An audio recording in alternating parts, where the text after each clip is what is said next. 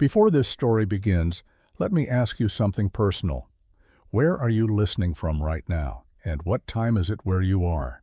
Is it early morning, with the sun just starting to rise? Or late at night, when the world is quiet and your thoughts feel heavier? Wherever you are, take a breath, because the story you're about to hear is not just a story, it's a test that many churches failed, and many believers never realized they were taking. This is the story of a Sunday morning in America when a stranger arrived early at a megachurch, not dressed like a guest speaker, not dressed like a donor, not dressed like someone important. He looked like someone most people would avoid. And what he saw inside those glass doors revealed something far more dangerous than sin in the streets. It revealed sin behind the pulpit. As you listen, I want you to ask yourself one honest question. If Jesus walked into your church today, but disguised as someone poor, tired, or inconvenient, how would he be treated? If stories like this speak to your heart, I invite you to subscribe to Heaven Walks with Us, not for numbers, but so more hearts can hear stories about faith, truth, and a God who still walks among us. Now, let me take you to Texas. Sunday morning. It was a Sunday morning in the Dallas-Fort Worth area. Exactly. The sun had just begun to rise, painting the wide Texas sky with soft shades of gold and pale orange. The air was cool, still holding onto the quiet of early morning before traffic, before voices, before the rush of worship services and packed parking lots. A man walked alone along the sidewalk toward one of the largest churches in the city. From a distance, the building looked less like a place of prayer and more like a corporate headquarters, 3 stories of reflective glass, steel framing, and massive digital signage looping inspirational slogans in bold white letters. The man moved calmly, unhurried. He wore simple clothing, a light-colored hoodie layered over a worn shirt, faded pants, and boots that had clearly walked many miles before today. Dust clung to the edges of the soles. His hands hung loosely at his sides, relaxed, almost gentle. He stopped at the edge of the parking lot. Directly in front of him were 2 entrances. To the right, a wide driveway curved toward the main doors. A red carpet stretched from the curb to the glass entrance, flanked by polished chrome stanchions. Reserved parking spaces closest to the doors were clearly marked. Luxury vehicles already sat there, even this early. Black SUVs, European sedans, spotless and gleaming in the morning light. To the left, separated by nothing more than distance and intention, was a narrow concrete walkway. The pavement was cracked in places, uneven from years of neglect. The man's eyes moved slowly from one entrance to the other. He did not frown. He did not shake his head. But something passed across his face, a quiet sadness, deep and familiar, as if he had seen this division many times before. He stood there longer than anyone would expect, listening. Inside the building, faint sounds echoed through the glass walls. The hum of expensive climate control, the hiss of espresso machines warming up, distant footsteps, laughter. This place was awake early. The man took one step forward, and that was when he heard it. A raised voice, sharp, male, angry. It came from just beyond the main entrance doors. And whatever was happening inside that church was about to change everything.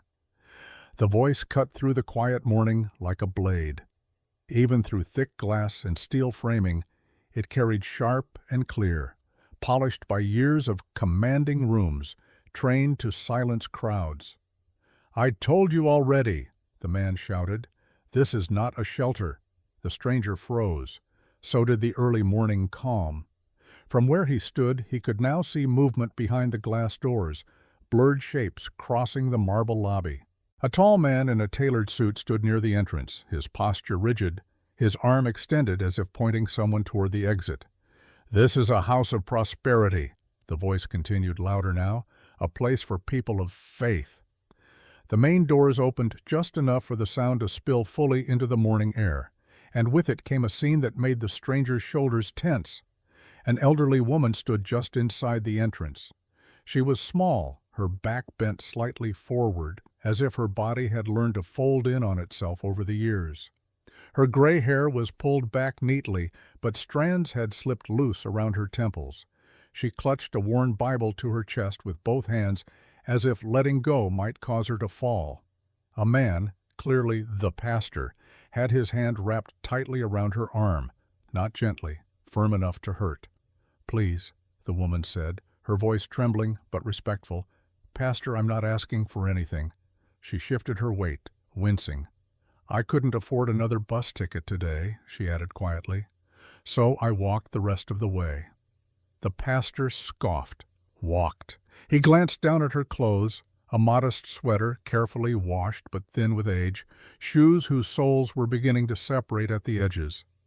"You should have stayed home," he snapped. The woman's eyes filled with tears, but she did not raise her voice. "I come every Sunday," she said. "I sit in the back. I don't bother anyone." The pastor leaned closer, lowering his voice, but not his cruelty. "You don't fit the image of this church," he said. He tightened his grip and began guiding her toward the side corridor. "This is a place for favor," he continued, "for victory, for abundance." The woman stumbled slightly as they moved. "My name is Evelyn," she whispered, almost apologetically. The pastor didn't respond. He didn't ask her last name, didn't ask how long, didn't ask why she walked. From outside, the stranger felt something stir, not anger, not yet, but grief. The kind of grief that comes from watching something sacred be twisted into something unrecognizable. The pastor reached the side door and pulled it open. "I'm done discussing this," he said. The woman hesitated, clutching her Bible tighter. "I believe God still wants me here," she said softly. The pastor turned sharply. "God blesses those who sow," he replied coldly. That was when the stranger stepped forward. The glass doors slid open with a soft mechanical hiss, and for the first time that morning, someone else entered the conversation. The stranger stepped inside. Cool air rushed over his skin as the climate-controlled lobby swallowed him whole. The doors slid shut behind him with a quiet click, sealing out the morning breeze, and sealing in a world that felt carefully engineered, polished, and expensive.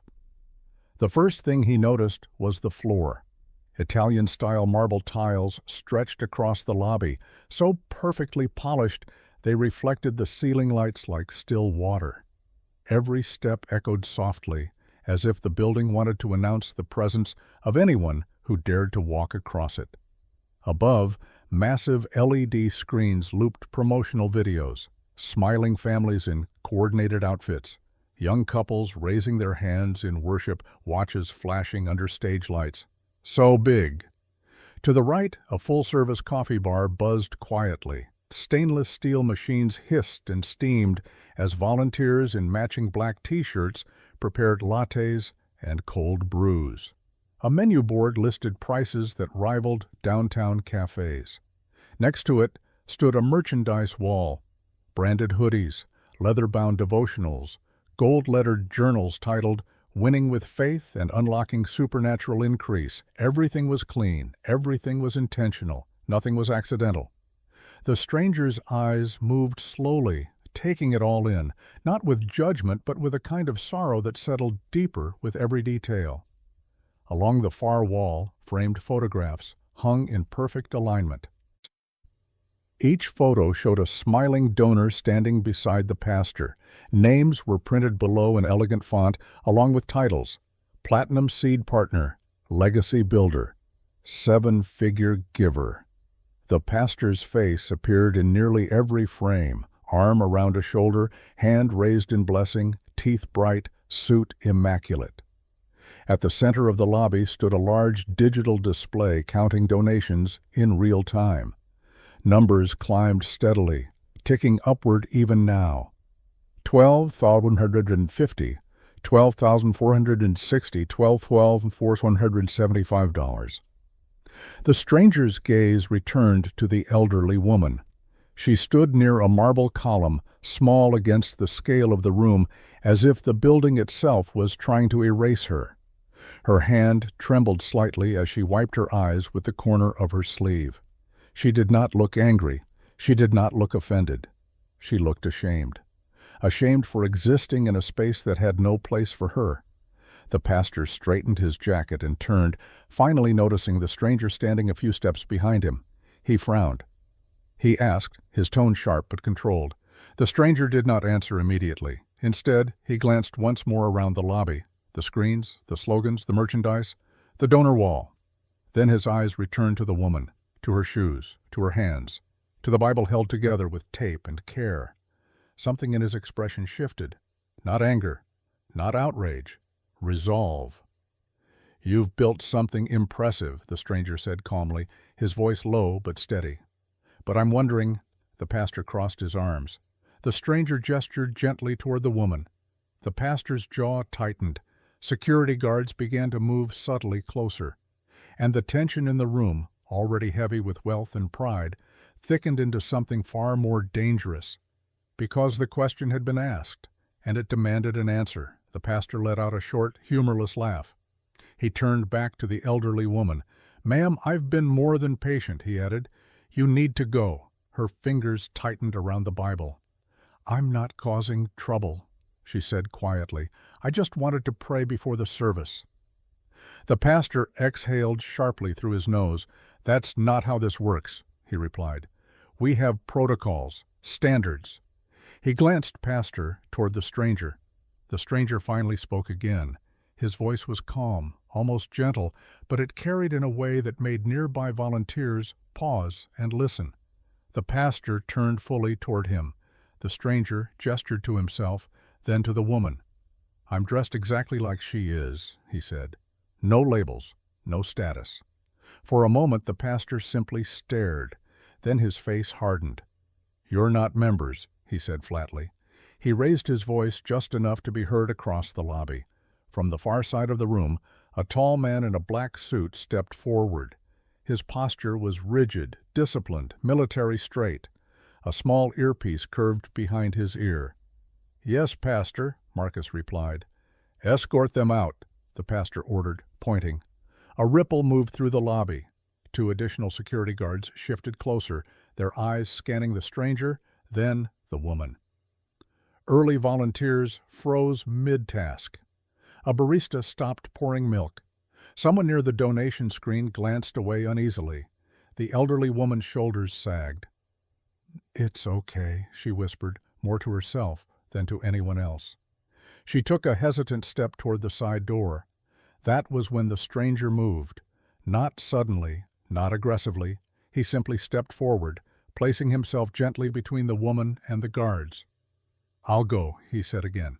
The pastor scoffed. "You don't get to ask questions here," he snapped. The stranger met his eyes. He asked quietly. The words landed heavier than their volume suggested. The pastor's lips curled. "God gave this ministry to me," he replied. "I built this church from nothing. I carry the vision." Marcus took another step forward.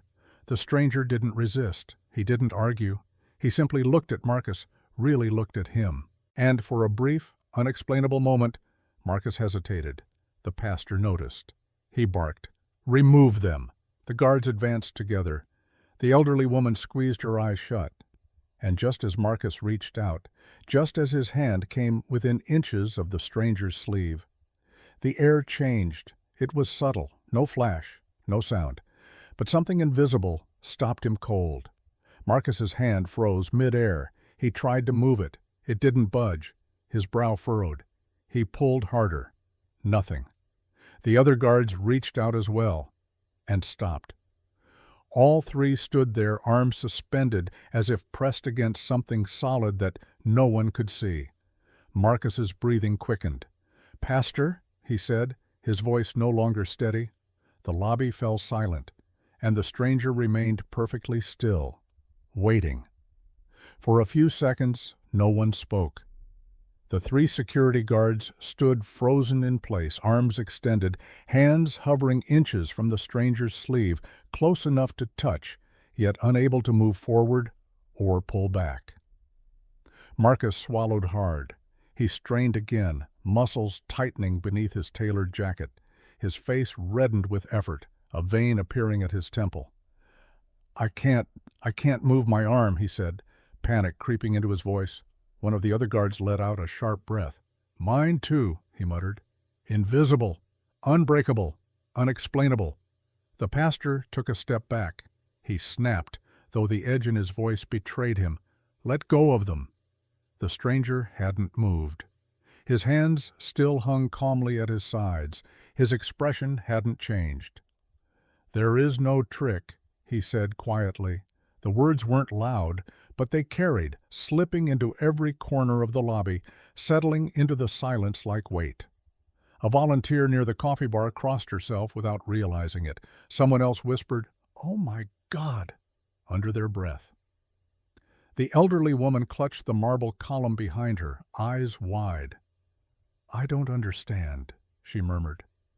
The stranger turned his head slightly toward her. "Neither do they," he replied gently. Marcus tried one last time to pull his arm back. The effort left him shaking. "This isn't normal," he said. "I've been in combat. I've broken bones."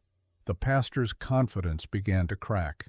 "Enough," he said, louder now, as if volume could restore control. He reached for his phone. The stranger spoke again. The pastor hesitated, his thumb hovering over the screen. He glanced toward the donation screen, still ticking upward. His eyes returned to the pastor. The pastor scoffed, though his hand trembled. "From wisdom," he shot back. "From excellence." The stranger nodded slowly. The pastor looked again at the guards, still frozen, breathing hard. "Fear, now unmistakable," he demanded. The stranger answered without hesitation. "I want you to read the words you put above your sanctuary doors," he said. The pastor blinked. "The verse?"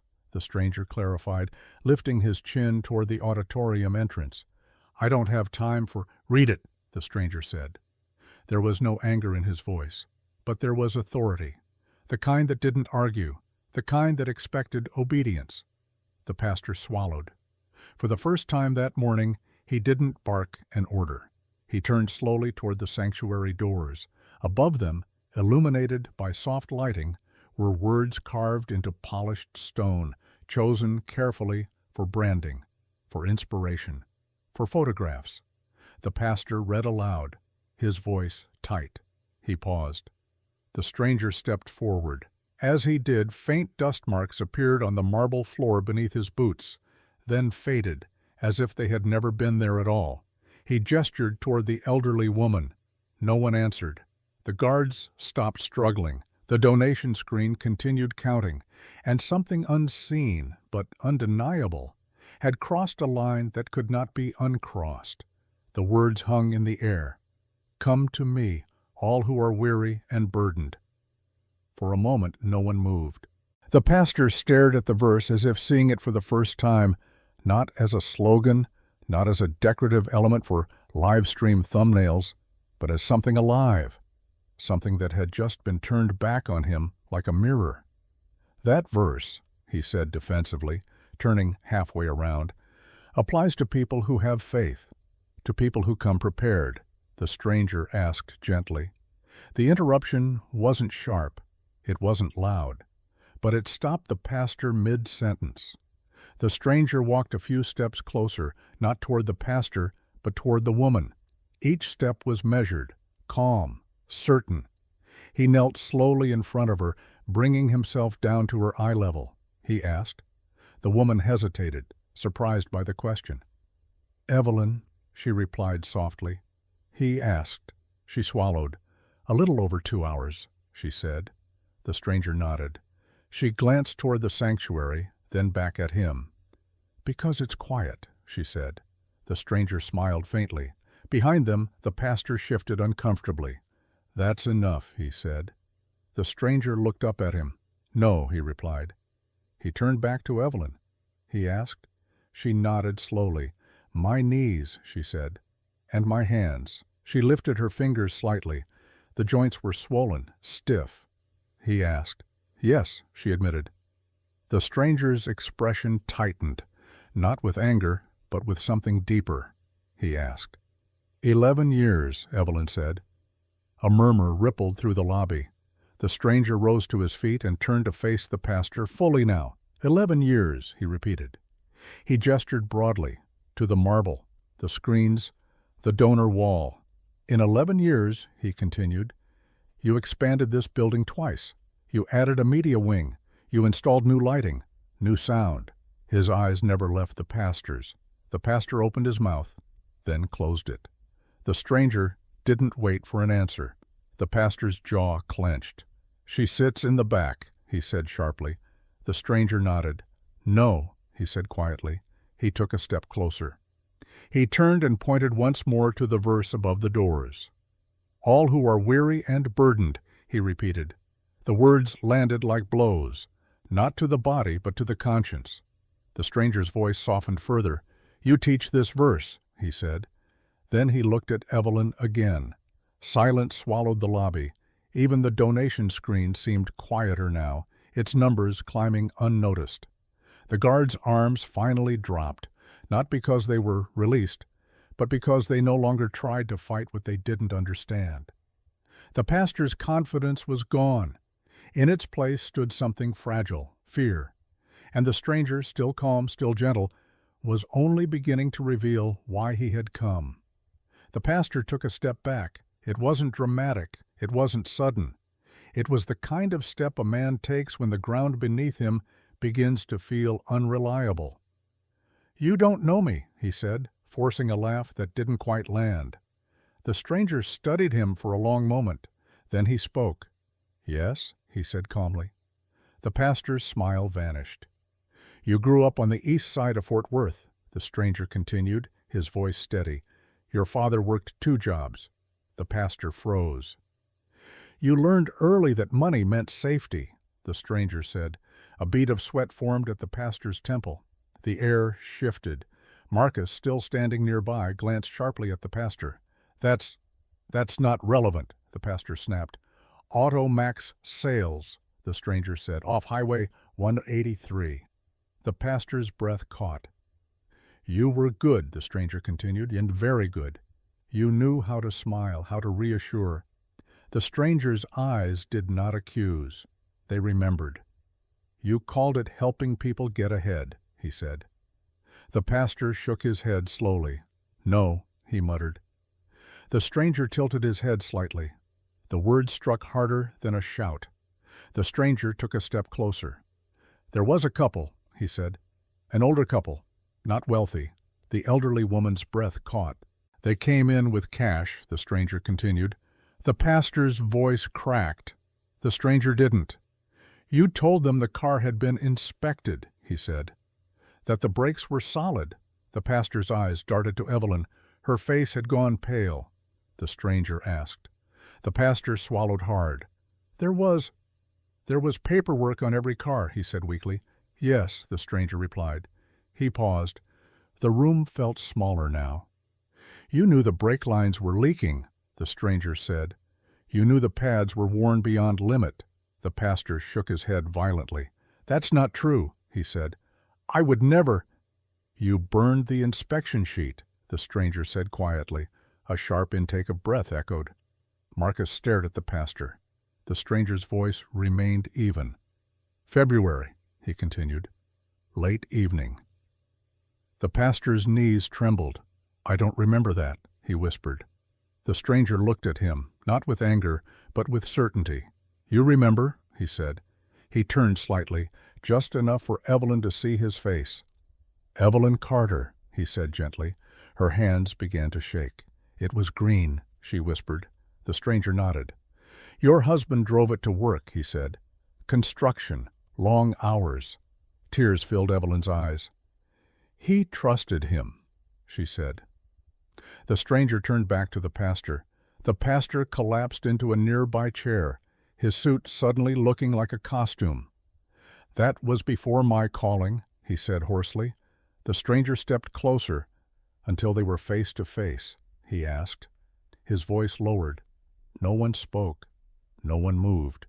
Because in that moment the past, long buried, carefully avoided, had returned. And it wasn't finished speaking. The stranger let the silence breathe. He didn't rush it, didn't soften it. Some truths needed space to land. 3 weeks, he said at last. The pastor lifted his head slowly. He asked, though his voice no longer carried any fight. The stranger turned slightly, his gaze resting on Evelyn. He asked gently. Her lips trembled. "It was raining," she whispered. "Cold rain." The stranger nodded. "It was a Friday," he continued, "a late afternoon." Evelyn's breath hitched. "My husband had just picked up his paycheck," she said. Her fingers tightened around the Bible. The stranger's voice lowered. "He was driving along the hillside road near the old quarry," he said. "A sharp curve." Evelyn's knees buckled. She reached for the column again. "He hit the brakes?" the stranger said. A sound escaped Evelyn, raw, animal, torn from a place she had kept sealed for more than a decade. "No!" she cried. "No, no, no." The stranger continued, tears now visible in his eyes. "There was no pressure," he said. He looked at the pastor. The pastor shook his head frantically. "I didn't know," he said. The stranger's voice sharpened, not loud, but unyielding. "You knew," he said. "The mechanic told you." He turned back to Evelyn. "Your husband tried the emergency brake," he said. Evelyn sobbed openly now, sinking to the floor. "The car slid," the stranger said. He paused. The lobby was deathly still. Someone dropped a paper cup near the coffee bar. It rolled across the marble, the sound impossibly loud. The stranger closed his eyes for a brief moment. "Your husband didn't scream," he said. Evelyn looked up, tears streaming. She asked. The stranger opened his eyes. "He said your name," he replied. The sound that followed was not a cry. It was something deeper.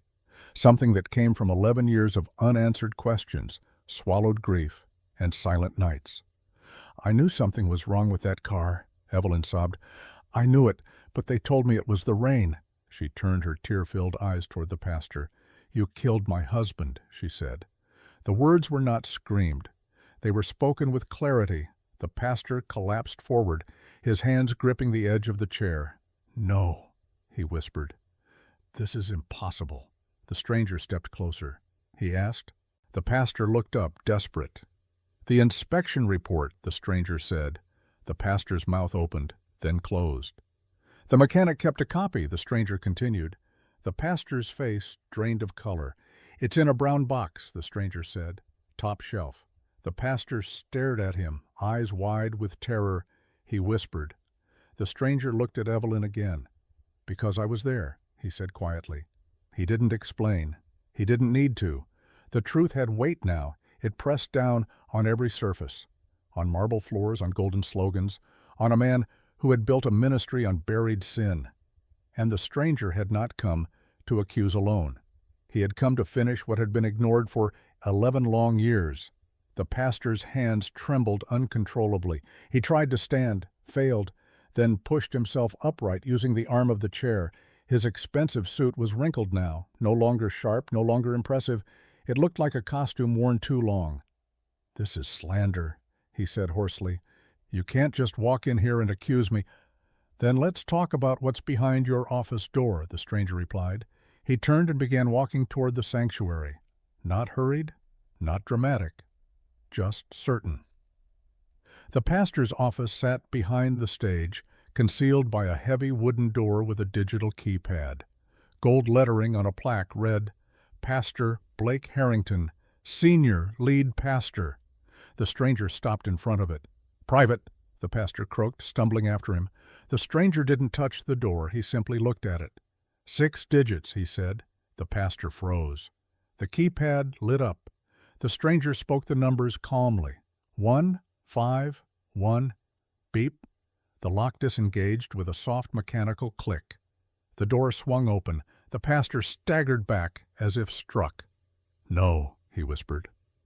The office inside was immaculate. Polished wood desk, leather chair, bookshelves lined with theology books, many unopened, their spines uncreased. Framed photos of the pastor shaking hands with politicians, celebrities, donors. On the back wall, partially hidden behind a large portrait of himself, stood a steel safe. The stranger crossed the room and stopped in front of it. The pastor shook his head violently. "You don't have the right," he said. The stranger turned to face him. "You took money given in faith," he said. "You hid it." He paused. The pastor collapsed to his knees. With shaking fingers, he entered the code. The safe opened. Inside were stacks of cash, hundreds, 50s, 20s, wrapped with rubber bands, piled without order. No envelopes, no labels, just money. The stranger leaned in slightly. $340,000, he said. The pastor sobbed. "That's not mine," he gasped. The stranger asked gently. He straightened. The pastor's shoulders shook. "You told donors their gifts were going to missions," the stranger said. "To food programs." He gestured around the office. He glanced at the desk, the chair, the framed vacations on the wall. "You didn't report it," he added. The pastor lifted his head, eyes red. "Everyone does it," he whispered. The stranger's voice hardened, not with anger, but with truth. "This is how corruption survives," he said. He reached into the safe and pulled out a thin manila envelope. It was sealed, neatly labeled in careful handwriting. The stranger held it up. The pastor stared at the envelope. His breath stopped, because he recognized the handwriting. The name written on the front was simple: Evelyn Carter. The stranger turned slowly back toward the lobby, toward the woman who had been standing unseen for 11 years.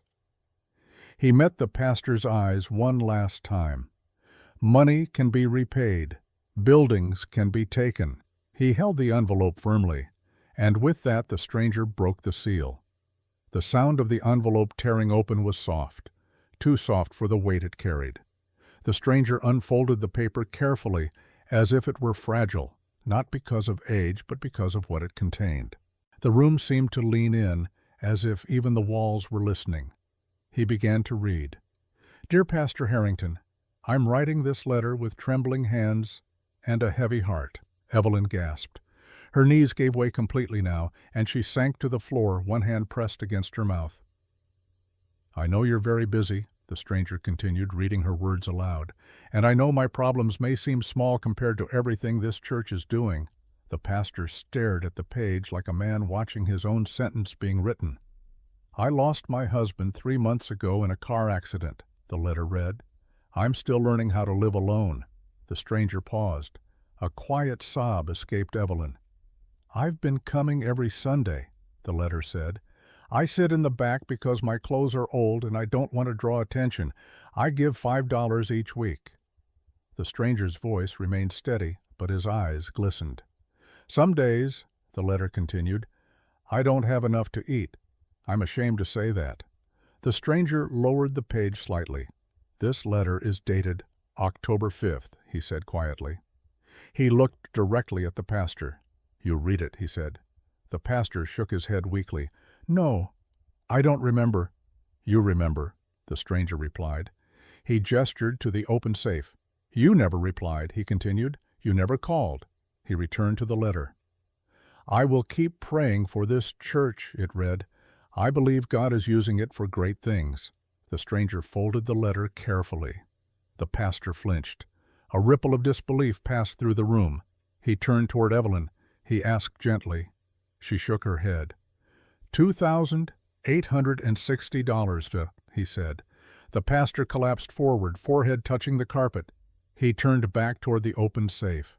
The lobby was silent. No slogans moved. No screens mattered. No numbers felt real anymore. The stranger walked back toward Evelyn and knelt again.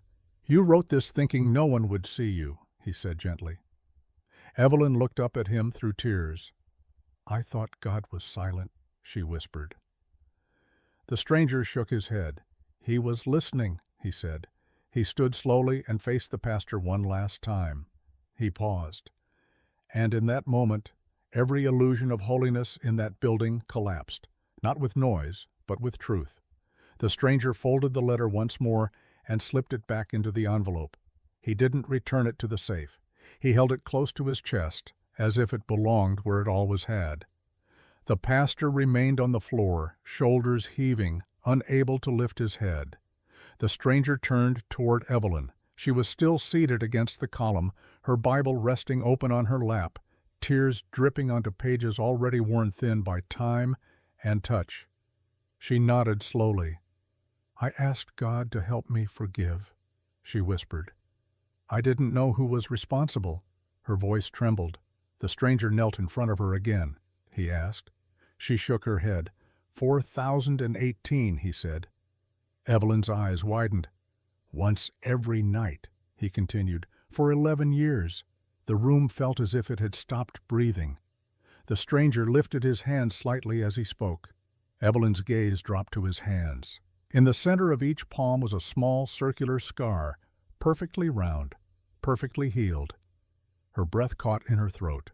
She reached out without thinking, her arthritic fingers trembling as they brushed his skin. The moment she touched the scar, something shifted. Not light, not heat. Peace, a deep, overwhelming peace that washed over her like a tide. Her knees no longer throbbed, her hands stopped shaking. Not healed completely, but stilled, as if the pain had finally been understood. "I know your voice," she whispered. The stranger smiled, softly, warmly. "You were never speaking to the walls," he said. A quiet sob escaped her, but it was different now, not grief, not despair, recognition. The stranger stood and turned back toward the pastor. "Evelyn prayed for the strength to forgive," he said. The pastor lifted his head slowly, eyes bloodshot. You can't be who I think you are," he whispered. The stranger's voice did not rise. "I am the carpenter from Nazareth," he said. He raised his arms slightly, and the sleeves of his hoodie slid back just enough to reveal faint scars at his wrists. The guards dropped to their knees. No one told them to. No one had to. The stranger looked around the lobby one final time. The screens, the slogans, the empty promises. "This building measured faith in dollars," he said. He turned to Evelyn once more. He met her eyes. Not $1 was wasted. He glanced toward the open safe. The donation screen blinked again, still counting. But no one was watching it now, because something far greater had just been revealed. And the reckoning, the kind no money could stop, was only moments away. The silence was broken by the sound of footsteps, firm, measured, unhurried. A woman entered the lobby through the side corridor, carrying a leather briefcase worn at the edges. She was in her early 50s, dressed simply but professionally. No designer labels, no attempt to impress. Her posture alone carried authority. The pastor looked up, confusion flashing across his face. "You?" he muttered. The woman stopped a few steps from him. "My name is Danielle Price," she said calmly. A murmur rippled through the room. "You were the finance compliance officer," she continued. The pastor tried to stand, failed, then leaned back against the wall. "You accused me of being divisive," Danielle said. She opened the briefcase and removed a thick folder. "I wasn't attacking you," she said evenly. She turned slightly so others could see the seal on the documents.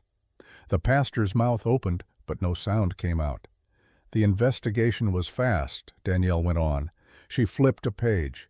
"Shell LLCs, inflated property valuations, undeclared cash." She closed the folder. The pastor shook his head weakly. "This building is worth millions," he whispered. "You can't just—" "It was worth millions," Danielle corrected him. She took a breath. She looked directly at Evelyn.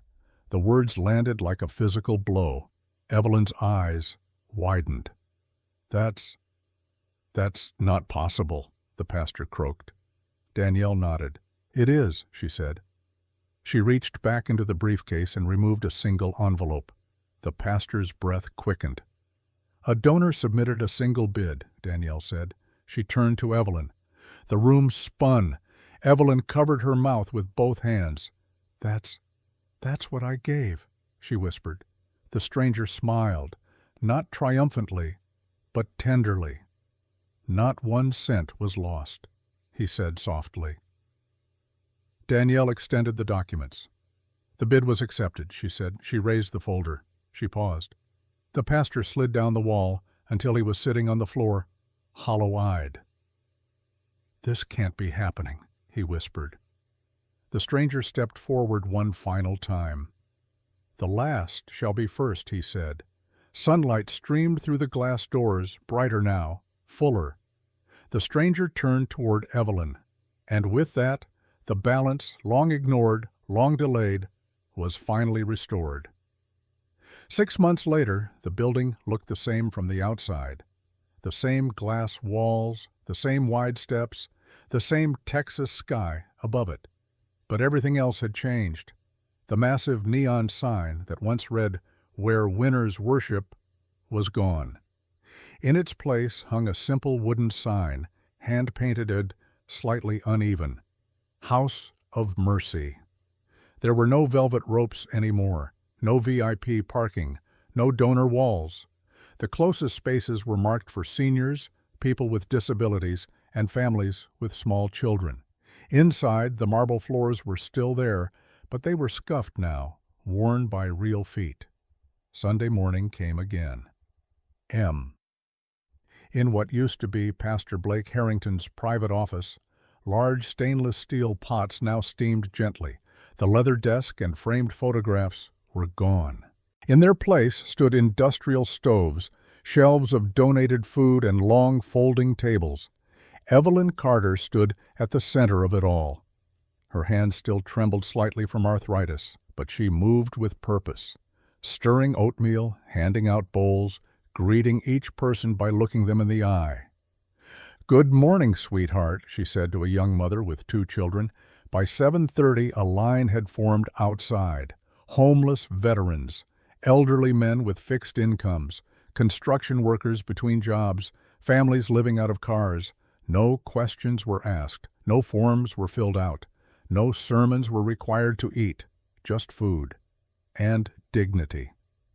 Danielle Price moved through the room quietly, helping where needed. She had refused any grand title. No executive director, no reverend, just Danielle, a servant. At 9:45, the sanctuary filled, not to capacity, but to sincerity. The music came from an old upright piano, slightly out of tune, and a single acoustic guitar. The singing wasn't perfect, but it was real. When Danielle stepped to the pulpit, now a simple wooden stand, she opened to Luke 4. She paused. "Not promises of luxury," she said, "not guarantees of wealth." Evelyn listened from the front row. Her seat had a small plaque now, "Reserved, faithful in the storm." She rarely sat in it. Most Sundays, she was in the lobby, welcoming people, making sure no one felt invisible. There was, however, one person who always sat in the back. Row 20, near the column, Blake Harrington. He no longer wore tailored suits. He wore plain jeans, a faded jacket, and shoes bought at a discount store. His Rolex was gone. His car was gone. His house was gone. He lived now in a small one-bedroom apartment, worked night shifts at a fast food restaurant, cleaned floors, took orders, stayed quiet. For the first 18 months after that Sunday, Blake barely spoke. He came early, left late, sat silently. Some people whispered, some stared. Danielle addressed it once. "This is a house of mercy," she said. No one objected. One Sunday, after the service ended, and most people had drifted toward coffee and conversation, Blake stood up, slowly. He walked toward Evelyn. She saw him coming and felt the old pain rise, the memory of being dragged toward the door, the years of hunger, the loss of her husband. Blake stopped a few feet away. Then he knelt, right there in the aisle. "I killed your husband," he said, his voice hoarse. "I stole your money." Tears fell freely now. "I lost everything," he continued, "and it still isn't enough to undo what I did. But if there's any way at all, to begin making it right." He couldn't finish. Evelyn closed her eyes. For a moment she remembered a prayer she had whispered thousands of times. "Lord, help me forgive the man who caused this pain." She opened her eyes and extended her hand. "You were forgiven long before you knelt here," she said gently. She helped him stand. From that day on, Blake began serving, not preaching, not leading, serving. He cleaned tables after breakfast. He washed dishes. He volunteered 3 nights a week at a nearby prison, sharing his story. Not as a pastor, but as a warning. And sometimes, very quietly, a familiar figure appeared. A man in worn clothes, a face most people passed without noticing. Evelyn always saw him. She always served him the largest portion. "Welcome home, teacher," she would whisper.